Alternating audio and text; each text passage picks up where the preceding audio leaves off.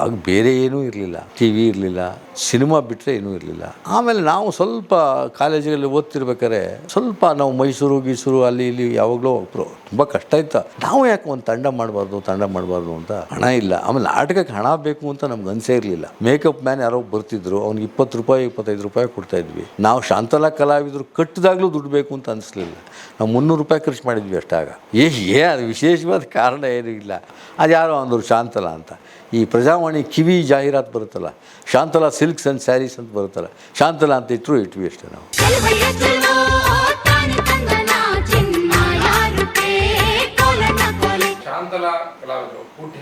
Sir, ನಾವೆಲ್ಲ ಕಾಲೇಜಲ್ಲಿ ಓದ್ತಾ ಇದ್ವಿ, ಇದೇ JSS ಕಾಲೇಜಲ್ಲಿ. ಹೈಸ್ಕೂಲು ಕಾಲೇಜು ದಿವಸಗಳಲ್ಲಿ ನಾವು ನಾಟಕದ್ದು ಒಂದು ಹವ್ಯಾಸ ಬಂತು. ಅದು ಹವ್ಯಾಸ ಬಹುಶಃ ಯಾವ ರೀತಿ ಬಂದಿರ್ಬೋದು ಅಂತ ಹೇಳಿದ್ರೆ, ಆಗ ಬೇರೆ ಏನೂ ಇರಲಿಲ್ಲ, ಟಿ ವಿ ಇರಲಿಲ್ಲ, ಸಿನಿಮಾ ಬಿಟ್ಟರೆ ಏನೂ ಇರಲಿಲ್ಲ. ಯಾವಾಗಲೋ ಒಂದು ವೃತ್ತಿ ಕಂಪ್ನಿಗಳು ಬರೋವು. ವೃತ್ತಿ ಕಂಪ್ನಿಗಳೇ ನಮಗೆ ಒಂಥರ ಸ್ಫೂರ್ತಿ ಇದ್ದಂಗಿತ್ತು. ನಾಟಕ ಮಾಡ್ಕೊಂಬರ್ತಿದ್ವಿ. ಆಮೇಲೆ ನಾವು ಸ್ವಲ್ಪ ಕಾಲೇಜಿನಲ್ಲಿ ಓದ್ತಿರ್ಬೇಕಾದ್ರೆ ಒಂದು ಸರಿ ನಮ್ಗೆ ಅನ್ನಿಸ್ತು, ಸ್ವಲ್ಪ ನಾವು ಮೈಸೂರು ಅಲ್ಲಿ ಇಲ್ಲಿ ಯಾವಾಗಲೂ ತುಂಬ ಕಷ್ಟ ಇತ್ತು ಆವಾಗ. ನಮ್ಮ ಪರಿಸ್ಥಿತಿಗಳಲ್ಲಿ ಮೈಸೂರಿಗೆ ಹೋಗೋದೇ ದೊಡ್ಡ. ಹೋದಾಗ ಅಲ್ಲಿ ಹವ್ಯಾಸಿ ತಂಡಗಳಿದ್ವು. ನಾವು ಯಾಕೆ ಒಂದು ತಂಡ ಮಾಡಬಾರ್ದು ಅಂತ ನಮ್ಮ ಮನಸ್ಸಲ್ಲಿತ್ತು. ನಮಗೆ ಹಣ ಇಲ್ಲ, ಆಮೇಲೆ ನಾಟಕಕ್ಕೆ ಹಣ ಬೇಕು ಅಂತ ನಮ್ಗೆ ಅನಿಸೇ ಇರಲಿಲ್ಲ. ಕಾಲೇಜಲ್ಲಿದ್ದಾಗ ನಾಟಕ ಪ್ರಾಕ್ಟೀಸ್ ಮಾಡ್ತಿದ್ವಿ. ಮೇಕಪ್ ಮ್ಯಾನ್ ಯಾರೋ ಬರ್ತಿದ್ರು, ಅವ್ನಿಗೆ 20 ರೂಪಾಯಿ 25 ರೂಪಾಯಿ ಕೊಡ್ತಾಯಿದ್ವಿ. ಯಾರೋ ಅಟ್ಟ ಕಟ್ಟೋರು ಒಂದಿಷ್ಟು. ನಮಗೆ ಗಂಭೀರವಾಗಿ ತೊಗೊಂಡಿರಲಿಲ್ಲ. ನಮ್ಗೆ ನಾಟಕಕ್ಕೆ ದುಡ್ಡು ಬೇಕು ಅಂತಲೇ ನಮ್ಗೆ ಅನಿಸಿರಲಿಲ್ಲ. ನಾವು ಶಾಂತಲಾ ಕಲಾವಿದರು ಕಟ್ಟಿದಾಗಲೂ ದುಡ್ಡು ಬೇಕು ಅಂತ ಅನಿಸ್ಲಿಲ್ಲ. ನಾವು 300 ರೂಪಾಯಿ ಖರ್ಚು ಮಾಡಿದ್ವಿ ಅಷ್ಟಾಗ. 300. ಅದು ವಿಶೇಷವಾದ ಕಾರಣ ಏನೂ ಇಲ್ಲ. ಇದೇ ಥರ ನಮ್ಮ ಸ್ನೇಹಿತರ ರೂಮಲ್ಲಿ ಕೂತಿದ್ದಾಗ ಅದು ಈ ನಾಟಕ ಮಾಡೋಣ ಅಂತೆಲ್ಲ ಮಾತಾಡಿದ್ವಿ. ಹೆಸರು ಕೇಳೋದು, ಅದು ಯಾರೋ ಅಂದರು ಶಾಂತಲಾ ಅಂತ. ಈ ಪ್ರಜಾವಾಣಿ ಕಿವಿ ಜಾಹೀರಾತು ಬರುತ್ತಲ್ಲ, ಶಾಂತಲಾ ಸಿಲ್ಕ್ಸ್ ಆ್ಯಂಡ್ ಸ್ಯಾರೀಸ್ ಅಂತ ಬರುತ್ತಲ್ಲ, ಶಾಂತಲಾ ಅಂತ ಇಟ್ವಿ ಅಷ್ಟೇ ನಾವು. ಅಷ್ಟೇ. ಅದು ಈಗ ಬೇರೆ ದಾರಿನೇ ಇಲ್ಲ.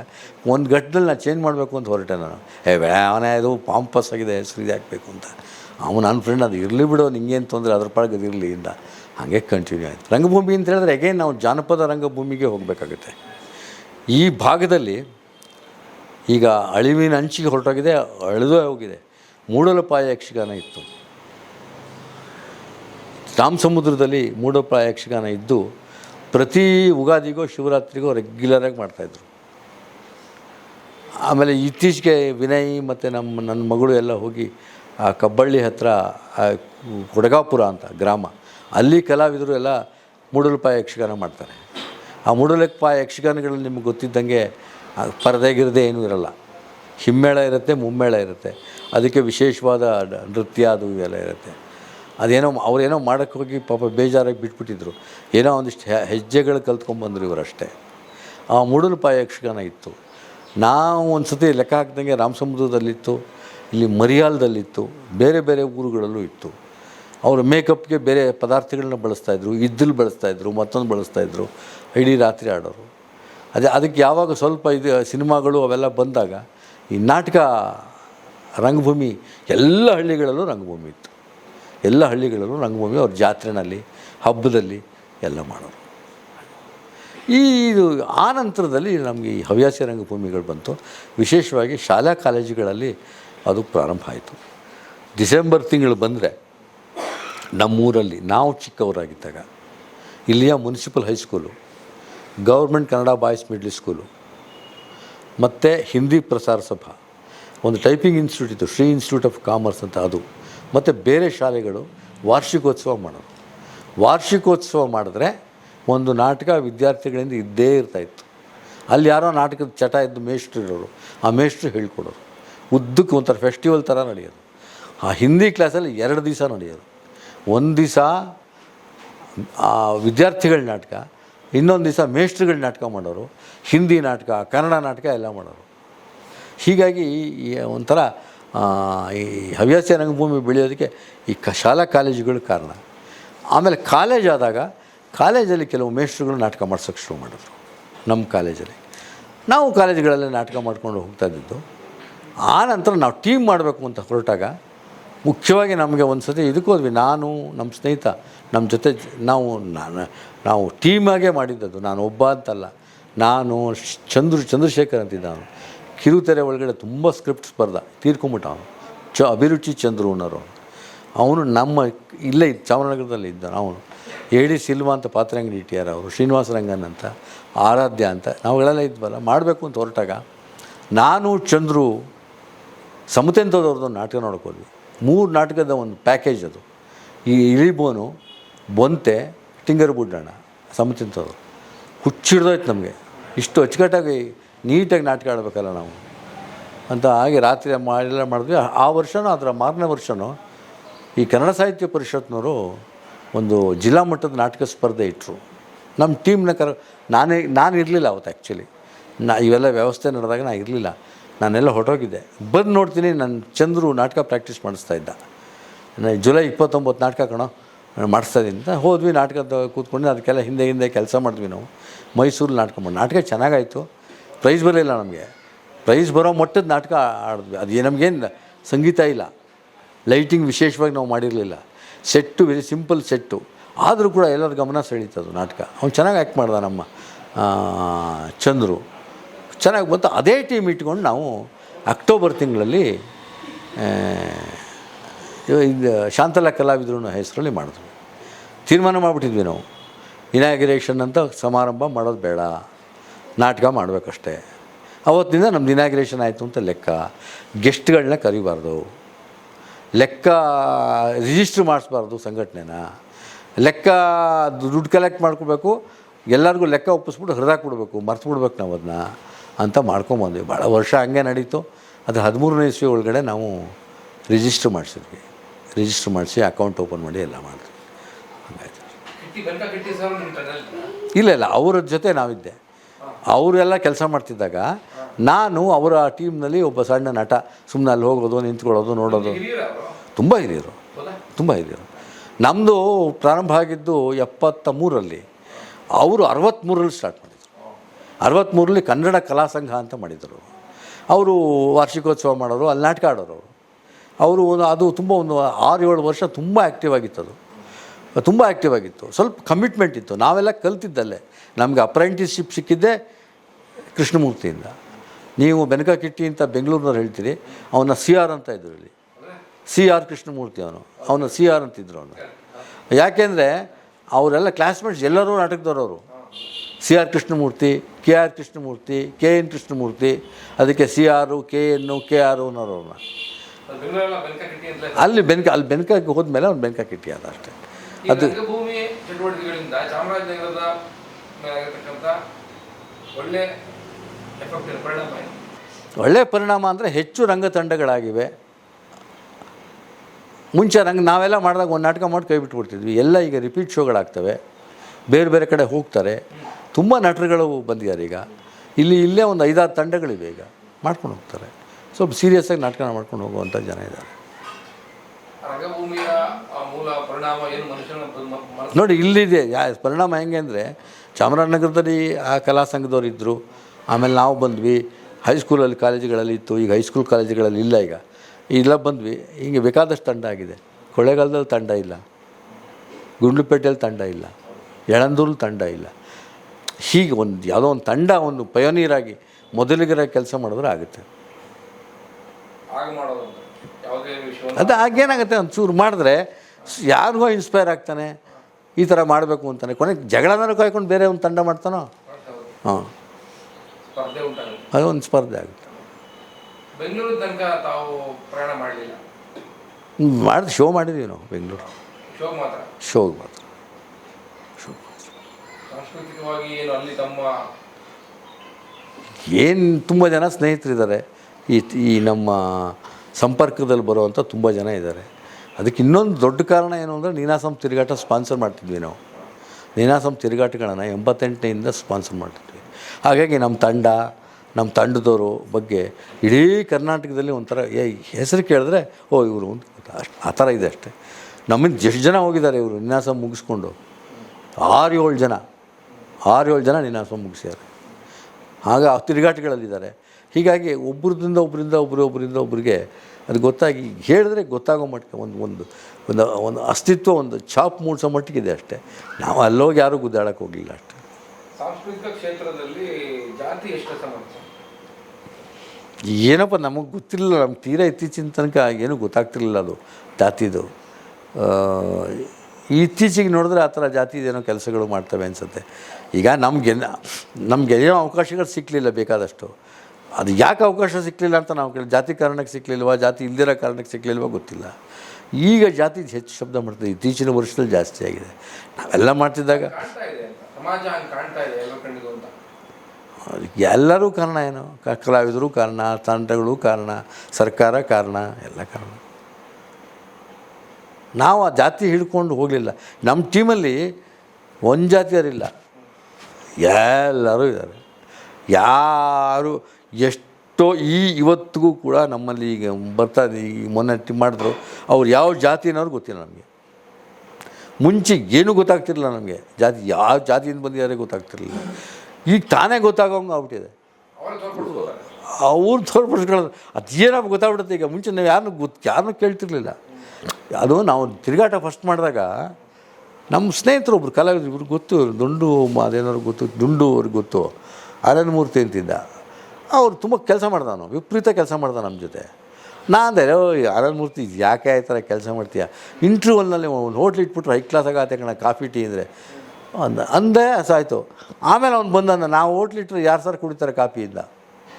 ನನಗೆ ಅವತ್ತಿನವರೆಗೂ ಕೂಡ ಇದ್ದೇ ಮನೆ, ಅವ್ರ ಮನೆಗೆ ಹೋಗ್ತಿದ್ವಿ, ಮಾಡ್ತಿದ್ವಿ ಎಲ್ಲ. ಅವತ್ತು ಆ ಕ್ಷಣದಲ್ಲಿ ಆ ಮಾತು ಹೇಳೋ ತನಕ ನನಗೆ ಅವರು ದಲಿತರು ಅಂತ ಗೊತ್ತಿರಲಿಲ್ಲ. ಅವನು ಹಂಗಂದ, ಅದು ಕುಡಿಯಲ್ಲ ಸಾಮಾನ್ಯವಾಗಿ ಆ ಥರ. ಇದು ಈ ಥರ ತನಗೆ ತಾನೇ ಗೊತ್ತಾಗುತ್ತೆ. ಈಗ ಒಂದು ಸಮಾಜ ನಿರ್ಮಾಣ ಅಂದರೆ ಸಾಂಸ್ಕೃತಿಕ ಪ್ರತಿಫಲಗಳನ್ನು ಸರಿಸಮನಾಗಿ ಹಂಚಿಕೊಳ್ಳುವಂಥ ಒಂದು ವಾತಾವರಣ ಸೃಷ್ಟಿ ಆಗೋದಾದ್ರೆ ಹೇಗೆ ಅಂತ ಒಂದು ಭಾಗ ಆಗುತ್ತೆ. ಇದೇ ಕಲೆ ಮೂಲಕನೇ ಆಗಬೇಕು, ಇನ್ನೇನು ಮೂಲಕ ಆಗೋದು. ಕಲೆಗೆ ಮಾನ್ಯತೆ ಕೊಡೋದ್ರ ಮೂಲಕನೇ ಆಗಬೇಕು, ಬೇರೆ ಆಡಳಿತದ ಮೂಲಕ ಆಗಲ್ಲ. ಶಾಸನಗಳು ಅವೆಲ್ಲ ಇರ್ತವೆ, ಅದು ಸಪೋರ್ಟ್ ಮಾಡ್ತವೆ, ಎಲ್ಲ ಇಲ್ದಿದ್ರೆ ಆಗಲ್ಲ. ಶಾಸನಗಳು ಅವೆಲ್ಲ ಇರಬೇಕು, ಈ ಕಲೆ ಮೂಲಕನೇ ಆಗಬೇಕು. ಅಥವಾ ಪ್ರತಿ ಕಲಾವಿದನು ವ್ಯವಸ್ಥೆಯನ್ನು ಹೇಗೆ ಓಲೈಸಬೇಕು ಅನ್ನೋದನ್ನು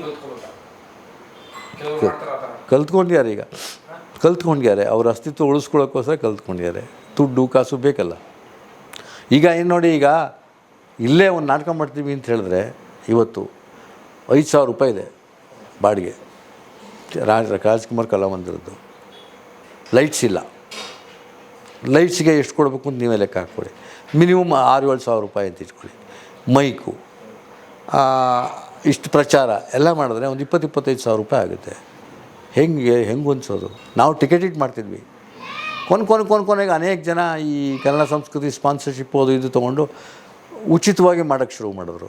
ನಾವು ಅನಿವಾರ್ಯವಾಗಿ ಕೆಲವು ಫ್ರೀ ಶೋಸ್ ಮಾಡಬೇಕಾಗ್ಬೋದು. ತಿರ್ಗಾ ಮತ್ತೆ ನಾವು ಟಿಕೆಟೆಡೇ ಮಾಡಿದ್ವಿ, ಶೋಸೇ ಮಾಡ್ತೀವಿ. ಆ ಥರ ಬರಬೇಕಷ್ಟೆ. ಚಾಮರಾಜನಗರ ಜನಪದ ತಗೊಂಡೆ ಮಾತಾಡ್ತೀನಿ. ಜಾನಪದ ಕಲಾವಿದರ ಬದುಕಿನಲ್ಲಿ ಅನುಸರಿಸಬೇಕಾಗಿರ್ತಕ್ಕಂಥ ಸಾಮಾನ್ಯ ಶಿಸ್ತುಗಳು ಯಾವ್ಯಾವ? ಅಂದರೆ ನಿಮ್ಮ ಏನಾದ್ರು ಕೇಳ್ತೀರಿ? ಅಥವಾ ಯಾವ ರೀತಿ ನನ್ನ ಬದುಕನ್ನು ಸರಿ ಮಾಡ್ಕೊಳ್ಳೋಕ್ಕೆ ಒಂದಷ್ಟೆಲ್ಲ ಶಿಸ್ತುಗಳಿಂದ ಕೂಡಿರುತ್ತೆ ಬದುಕು. ಯಾವ ರೀತಿಯಿಂದ ಆಚೆ ಬಂದು ಶಿಸ್ತಿನ ಬದುಕನ್ನು ಕಟ್ಕೋಬಹುದು, ಯಶಸ್ಸು ಕಾಣಲಿಕ್ಕೆ? ಚಟಗಳು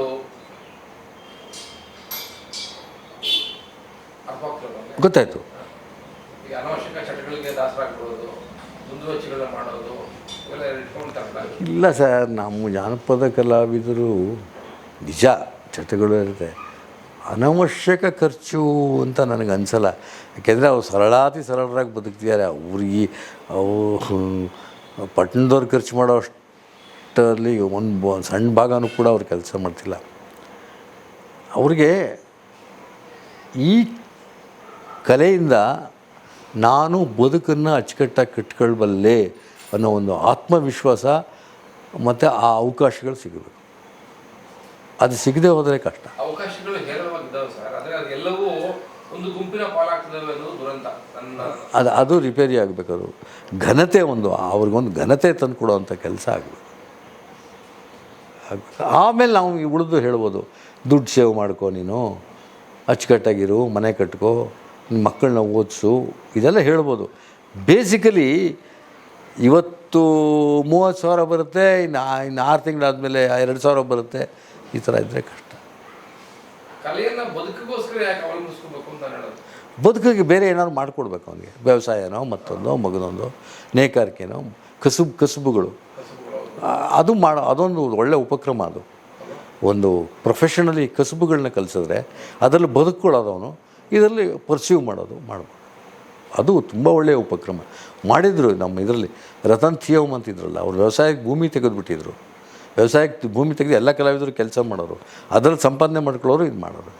ಈಗ ಇದು ರಾಜಕೀಯ ಬದಲಾವಣೆಗಳಲ್ಲಿ ಈಗ ಆಚೆಯವರು ಒಂದಷ್ಟು ಗ್ರಾಮಗಳನ್ನು ನಿರ್ಮಾಣ ಮಾಡಿ ಮನೆ ಇಲ್ಲದವರಿಗೆ ಮನೆಗಳನ್ನ ಕೊಟ್ಟಂಥ ಉದಾಹರಣೆಗಳನ್ನ ಕೇಳ್ಪಟ್ಟಿದ್ದೀವಿ ನಾವು. ಸೊ ಆಯಾ ಕಾಲಕ್ಕೆ ಇತ್ತೀಚಿನ ರಾಜಕಾರಣಿಗಳನ್ನ ಹೊರಕೊಟ್ಟು ಮಾತಾಡ್ತೀನಿ. ಆಯಾ ಕಾಲಕ್ಕೆ ಕಲಾವಿದ ಅಂತಲ್ಲ, ಒಂದು ಸಮುದಾಯಕ್ಕೆ ಏನೆಲ್ಲ ಒಳ್ಳೇದು ಮಾಡೋಕ್ಕೆ ಸಾಧ್ಯ ಎಲ್ಲವನ್ನು ಮಾಡ್ತಾ ಬಂದಿದ್ದಾರೆ. ಆದರೆ ಎಲ್ಲ ಒಂದು ಕಡೆ ಈ ಕಲೆಯನ್ನೇ ನಮ್ಮ ಹೊಟ್ಟೆ ಹೊರ್ಕೊಳ್ಳುವ ಒಂದು ಕ್ರಮ ಅಂತ ಕಲಾವಿದರು ಸುತ್ತಾಗಿದ್ದಾರೆ ಮಾನಸಿಕವಾಗಿ ಅಂತ. ಈಗ ಆ ಥರ ಬಂದ್ಬಿಟ್ಟಿದೆ. ಆ ಉತ್ಸವಕ್ಕೆ ಹೋಗೋದು, ಈ ಉತ್ಸವಕ್ಕೆ ಹೋಗೋದು, ಇಲ್ಲಿ ಆ ಥರದ್ದಾಗೋದು. ನಾವೇ ಆಸೆ ಭಿಕ್ಷುಕರನ್ನ ಮಾಡಿಬಿಟ್ಟಿದ್ದೀವಿ ಸರ್. ಭಿಕ್ಷುಕರನ್ನ ಮಾಡಿಬಿಟ್ಟಿದ್ದೀವಿ. ಅವ್ನು ಕೊಟ್ಟರೆ ಉಂಟು ಇಲ್ಲದ ಇಲ್ಲ ಅನ್ನೋಂಗಾಗೋದು. ಇಲ್ಲ, ಅದು ಕಾರಣ ಏನಂದರೆ ಈಗ ಲೈಕ್ ಒಂದು ವೇದಿಕೆ ಮೇಲೆ ಅವಕಾಶ ಕೊಟ್ಟು ಕುಣಿಸ್ಬಿಟ್ವಿ, ಅವನಿಗೆ ಅವಕಾಶ ಸಿಗಲಿಲ್ಲ, ಅವ್ನಿಗೆ ಆ ಗೀಳು ಹಿಡ್ಕೋತು, ಹುಚ್ಚು ಹಿಡ್ಕೋತು, ಚಟ ಆಯಿತು. ಈಗ ಅದನ್ನ ಆ ತುರುಕಿಯನ್ನ ಮಾಡ್ಕೊಳ್ಳೋಕ್ಕೆ ದೇವಸ್ಥಾನಗಳ ಮುಂದೆ ಅಲ್ಲಿ ಇಲ್ಲಿ ಉಪದಾನದ ರೂಪದಲ್ಲಿ ನಿಂತ್ಕೊಂಡು ಭಿಕ್ಷೆ ಬಿಡ್ತಾರೆ, ಹೊಟ್ಟೆ ಹೊರಿಯುತ್ತೆ. ಅವರೆಲ್ಲರನ್ನು ಕರೆದು ಒಂದು ವೇದಿಕೆ ಕಲ್ಪಿಸ್ಕೊಡ್ಬೇಕು, ಕೆಲಸ ಮಾಡಿಸ್ಬೇಕು, ವ್ಯವಸ್ಥೆ ಅವ್ರನ್ನ ಗಮನಿಸ್ತಾ ಇಲ್ವಲ್ಲ ಅಂತ. ಅದಕ್ಕಿರೋ ದಾರಿ ಒಂದು ನಾವು ಮಾತಾಡಿದಾಗ ಹೇಳಿದ್ರಲ್ಲ, ಅವ್ರಿಗೆ ಒಂದು ಕಸುಬು ಕಲಿಸ್ಬೇಕು, ಕಲೆ ಜೊತೆಗೆ ಕಸುಬಲ್ಲಿ ಜೀವನ ಮಾಡ್ಕೋಬೇಕು. ಇಲ್ಲಿ ಇದು ಯಾರ ಕೆಲಸ? ಇದು ಸರ್ಕಾರ ಮಾಡಬೇಕು ಅಂತ ಹೊರಟ್ರೆ ಆಗಲ್ಲ. ಅಕಾಡೆಮಿ, ಪರಿಷತ್ತು, ಪ್ರಾಧಿಕಾರ, ಅದರಲ್ಲಿ ಯಾವ್ದಾದ್ರು ಒಬ್ಬರು ಕಮಿಟ್ಮೆಂಟ್ ಇರೋರು ಒಬ್ಬರು ಅಧ್ಯಕ್ಷರಾದರೆ ಶುರು ಅನ್ಕ ಮಾಡ್ಬೋದು. ಆದರೆ ಆ ಥರ ಇದೆಯಾ ಅನ್ನೋದು ಇಂಪಾರ್ಟೆಂಟ್. ಸಂಘ ಸಂಸ್ಥೆಗಳ ಅದು ಮನಸ್ಸು ಮಾಡಿದ್ರೆ ಮಾಡ್ಬೋದು. ಈಗಾಗಲೇ ಸರ್ಕಾರಿ ಈಗ ಯೂನಿವರ್ಸಿಟಿ ಇದೆಯಲ್ಲ ಸರ್, ಗಂಗೂಬಾಯಿ ಹಾನಗಲ್ ಯೂನಿವರ್ಸಿಟಿ ಇದೆಯಲ್ಲ, ಸಂಗೀತದ ವಿಶ್ವವಿದ್ಯಾಲಯ, ಹಾಡುಗಾರಿಕೆ ಬೇಕಾದಷ್ಟು ಕೆಲಸ ಮಾಡ್ಬೋದು. ಅವ್ರು ಮಾಡಲ್ಲ.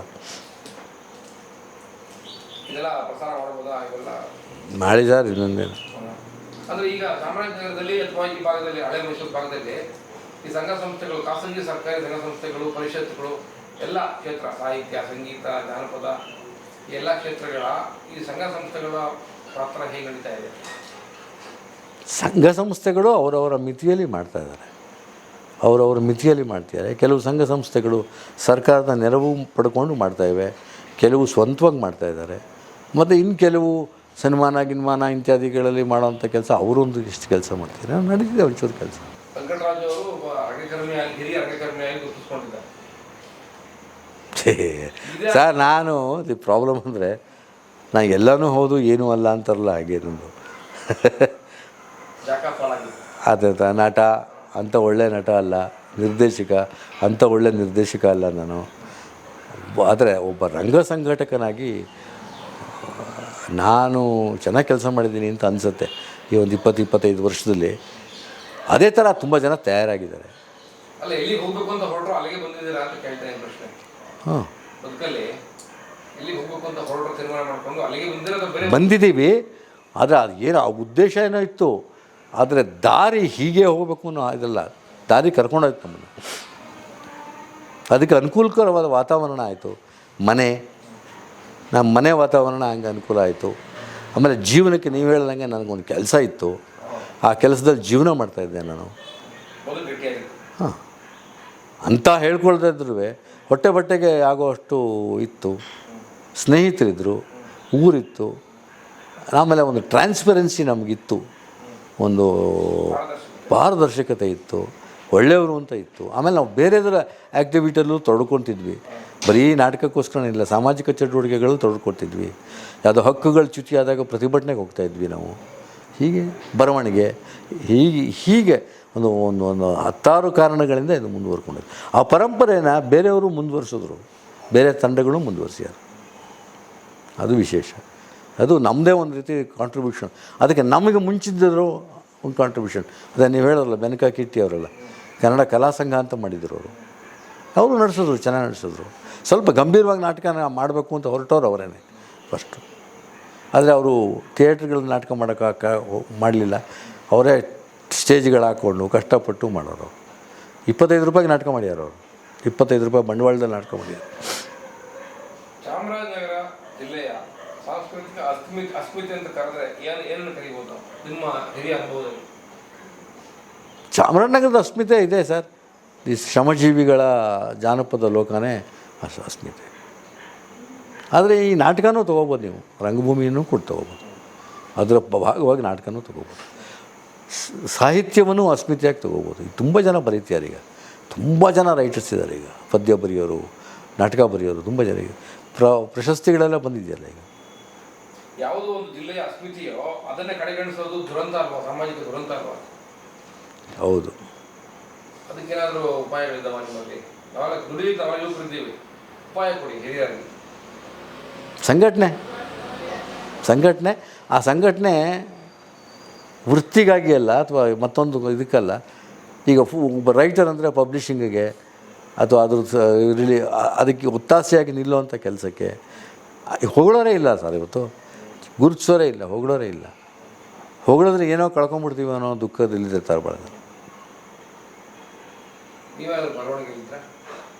ನನ್ನದೊಂದು ನಾಟಕ ಇದೆ, ನನಗೆ ತಲೆಭಾಗದ ಜನ ಅಂತ ಒಂದು ನಾಟಕ ಮಾಡಿದ್ದೀನಿ. ಅದು ಪಬ್ಲಿಷ್ ಆಗಿದೆ. ಆಮೇಲೆ ನನ್ನದೊಂದು ಅನುವಾದಕ್ಕೆ ಒಂದೇ ವರ್ಷ ಸಾಹಿತ್ಯ ಅಕಾಡೆಮಿ ಅವಾರ್ಡು, ಅನುವಾದ ಕುವೆಂಪು ಭಾಷಾ ಭಾರತಿ ಅಂತಾರೆ ಈಗ, ಅದು ಅದರ ಅವಾರ್ಡು, ಮತ್ತು ಇನ್ನೊಂದು ಅವಾರ್ಡ್, 3 ಅವಾರ್ಡ್. ನಾಟಕ ಅಕಾಡೆಮಿ ಒಂದೇ ವರ್ಷ ನನ್ನ ನಾಟಕ 3 ಅವಾರ್ಡ್ ನನಗೆ ಬಂತು. ನಾನು ರಿಟೈರ್ ಆಗೋ ತನಕ ನನ್ನನ್ನು ಯಾರೂ ಯಾರಿಗೂ ಗೊತ್ತಿರಲಿಲ್ಲ. ಒಂದೇ ವರ್ಷ 3 ಅಕಾಡೆಮಿಗಳು ನನಗೆ ಅವಾರ್ಡ್ ಬಂತು. ಇನ್ಫ್ಯಾಕ್ಟ್ ಎಷ್ಟು ತಮಾಷೆ ಅಂದರೆ, ಬಹುಶಃ ಇದು ನಾಟಕ ಅಕಾಡೆಮಿ ಅವಾರ್ಡು, ಅದರ ಮಾರನೇ ದಿವಸ ನನಗೆ ಕುವೆಂಪು ಭಾಷಾ ಭಾರತಿ ಅವಾರ್ಡು. ಒಂದು ಕಲಾಕ್ಷೇತ್ರದಲ್ಲಿ, ಒಂದು ನಯನದಲ್ಲಿ ಆಯಿತು. IM ವಿಠಲ್ ಮೂರ್ತಿ ನೆನ್ನೆ ಇದ್ರಲ್ರಿ ನೀವು ಅಂತ ಕೇಳಿದ್ರು. IM ವಿಠಲ್ ನೆನ್ನೆನೂ ಇದ್ರಲ್ರಿ ನೀವು ಅಂದರು. ಹಾಂ, ಆದರೆ ಈಗ ಒಂದು ಪುಸ್ತಕ to B published ಆಗಬೇಕೀಗ. Shabana Azmi ತಾಯಿ ಇದ್ದಾರಲ್ಲ, ಶೌಕತ್ ಆಜ್ಮಿ ಅಂತ, ಅವ್ರದ್ದು ಆಟೋಬಯೋಗ್ರಫಿ ಆಗಿದೆ. 50 ವರ್ಷ ಆಗೋಯ್ತು ಅನುವಾದ ಮಾಡಿದ್ದಾನೆ. ಅದು ಇನ್ನೂ ಸಣ್ಣ ಪುಟ್ಟ ರಿಪೇರಿ ಮಾಡಿ ಅದೊಂದು. ಮತ್ತು ನಾನು ಮತ್ತು ನಮ್ಮ ಕ್ಲಾಸ್ಮೇಟ್ ಹೋಗ್ತಿದ್ದಾರೆ, ಸೈಯದ್ ಮನ್ಸೂರ್ ಅಹಮದ್ ಅಂತ, ನಾವು ಇಬ್ಬರು ಸೇರಿ ಕೃಷನ್ ಚಂದರ್ದು ದರ್ವಾಜ ಖೋಲ್ದೆ ಅಂತ ಒಂದು ನಾಟಕ ಇದೆ. ಆ ನಾಟಕದ ಅನುವಾದ ಮಾಡಿದ್ವಿ ನಾವು. ಅದು ಈ ನವಂಬರ್ಲಿ ರಿಲೀಸ್ ಆಗ್ಬೋದು. ಆ ಶೋ ಮಾಡಿದ್ವಿ ನಾವು, ಇಲ್ಲಿಯ ಪತ್ರಕರ್ತರು ನಾವು ಸೇರಿಕೊಂಡು ಶೋ ಮಾಡಿದ್ವಿ. ನನ್ನ ಮಗಳು ಪಿರಿಯಾಪಟ್ಟಣದಲ್ಲಿ ಮಾಡಿಸಿದ್ಲು, ಅದನ್ನ ಶೋ ಮಾಡಿದ್ಲು. ಹಾಗಾಗಿ 3-4 ಶೋ ಆಗಿದೆ. ಅದು ಮೈಸೂರಲ್ಲೂ ಶೋ ಆಗಿದೆ. ಅದು ಆ ನಾಟಕ ಪಬ್ಲಿಷ್ ಆಗ್ತಾಯಿದೆ, ಅದು ಟು ಬಿ ಪಬ್ಲಿಷ್ಡ್. ಇಲ್ಲ ಆಗಿಲ್ಲ, ನಾನು ಒಟ್ಟಲ್ಲಿ ನನ್ನೇ ಗುರುತಿಸಲಿಲ್ಲ. ಕುಟುಂಬ 85ರಲ್ಲಿ ಮದುವೆ ಆದೆ ನಾನು. ನನ್ನ ಶ್ರೀಮತಿ ನಳಿನಿ ಅಂತ, 2 ಮಕ್ಕಳು ನನಗೆ. ಒಬ್ಬ ಶ್ರೀನಿವಾಸ್ ಅಂತ, ನನ್ನ ದೊಡ್ಡ ಮಗಳು ಚಿತ್ರ ಅಂತ, ಅವಳು ನೀನಾಸಂನಲ್ಲಿ ನಾಟಕ ಪದವೀಧರೆ. ಮತ್ತು ಈಗ ಪಿರಿಯಾಪಟ್ಟಣದಲ್ಲಿ ಹೈಸ್ಕೂಲಲ್ಲಿ ನಾಟಕದ ಶಿಕ್ಷಕಿಯಾಗಿದ್ದಾಳೆ ಅವಳು. ಅದಕ್ಕೆ ಮುಂಚೆ ಧಾರವಾಡದಲ್ಲಿದ್ದಳು ಅವಳು. ಸಿತಾರ್ ಕಲಿತಾಳೆ ಅವಳು, ಕಥಕ್ ಡ್ಯಾನ್ಸ್ ಕಲಿತಾಳೆ. ನನ್ನ ಮಗ ಬೆಂಗಳೂರಿನಲ್ಲಿ ಅಡ್ವೊಕೇಟು. ಇಬ್ಬರಿಗೂ ಮದುವೆ ಆಗಿದೆ. ಇಬ್ಬರಿಗೂ ಒಂದೊಂದು ಹೆಣ್ಮಗು ಇದೆ. ನಳಿನಿ ಅಂತ. ಊರು ಯಾವುದೋ ಇಲ್ಲೇ ಇದ್ದರು ಅವರು. ಅಲ್ಲಲ್ಲ, ಅವರು ಮೂಲ ತೊಗೊಂಡ್ರೆ ಹಿಂದೂಪುರನೇನೋ, ಆದರೆ ಅವ್ರ ಬೇಸೆಲ್ಲ ಮೈಸೂರು ಬೇಸ್ ಅವ್ರದ್ದು. ಇಲ್ಲಿ ಅವ್ರ ತಂದೆ ವೆಟರ್ನರಿ ಡಾಕ್ಟರ್ ಆಗಿದ್ದರು. ಇಲ್ಲೇ ರಿಟೈರ್ ಆದರು, ಇಲ್ಲೇ ಉಳ್ಕೊಂಡ್ರು. ಇಲ್ಲೇ ಮೇಡಮ್. ಹಾಗಾಯಿತು. ಅವ್ರು ಯಾರೂ ಇಲ್ಲದೆ ನಾವೇನೂ ಮಾಡೋಕ್ಕಾಗ್ತಿರಲಿಲ್ಲ. ಜನಪದ ಶ್ರೀ ಈ ಯೂಟ್ಯೂಬ್ ಚಾನಲ್ ಜನಪದ ಕಲಾವಿದರಿಗೆ ಒತ್ತಾಸೆಯಾಗಿ ನಿಲ್ಲುವಂಥ ಕೆಲಸವನ್ನು ಮಾಡ್ತಾಯಿದೆ. ದಯವಿಟ್ಟು ಕರ್ನಾಟಕದ ಮತ್ತು ಯಾಕೆ ಪ್ರಪಂಚದ ಎಲ್ಲ ಪ್ರೇಕ್ಷಕರು ಕೂಡ ಈ ಚಾನಲ್ಗೆ, ಈ ವಾಹಿನಿಗೆ ಸಬ್ಸ್ಕ್ರೈಬರ್ ಆಗೋದ್ರ ಮೂಲಕ, ಸಬ್ಸ್ಕ್ರೈಬರ್ ಆಗೋದ್ರ ಮೂಲಕ ಈ ಒಂದು ವಾಹಿನಿಯನ್ನು ನೀವು ಪ್ರೋತ್ಸಾಹಿಸಬೇಕು. ಅದರಿಂದ ಜನಪದ ಕಲೆಗೆ ಜನಪದಕ್ಕೆ ತುಂಬ ದೊಡ್ಡ ಉಪಕಾರ ಮಾಡಿದಂತಾಗತ್ತೆ ಅಂತ ನಾನು ನಿಮ್ಮನ್ನೆಲ್ಲ ಕೇಳ್ಕೊತೀನಿ. ಮಾತನಾಡಣ್ಣಯ್ಯ ಮಾತನಾಡ